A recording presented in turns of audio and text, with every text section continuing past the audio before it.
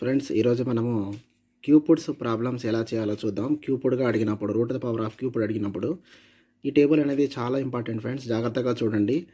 1 నుంచి 10 వరకు ఈ విధంగా త్రిబుల్గా వేసుకోవాలి. ఎందుకంటే క్యూపిడ్స్ కాబట్టి ఈ వాల్యూస్ని ఈ విధంగా బాగా గుర్తుపెట్టుకోండి. ఇక్కడ చూడండి 3√2744 వాల్యూని కనుక్కోవాలి. ఇందులో మనకి 4 వాల్యూ ఉంది కాబట్టి లాస్ట్లో చూడండి 4. ఇక్కడ 4th ఎండ్ అయ్యేది ఎక్కడ ఉంది మనకి? ఇక్కడ ఉంది. సో ఏ సిరీస్ 4 ఇలాగ వేసేసుకోండి 4. తర్వాత ఇది క్యూబ్డ్ కాబట్టి 3 నంబర్స్ తీసేయండి. క్యూబ్డ్ కాబట్టి, క్యూబ్డ్ అంటే 3 కాబట్టి 3 తీసేస్తాం. ఏం మిగిలింది? 2 ఉంది.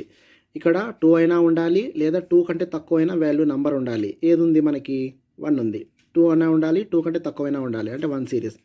సో 1 రాసేసుకోండి. ఇది మనకు ఆన్సర్.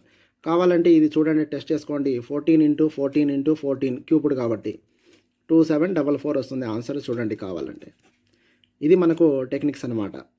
క్యూబ్డ్గా ఉన్నప్పుడు ప్రాబ్లమ్స్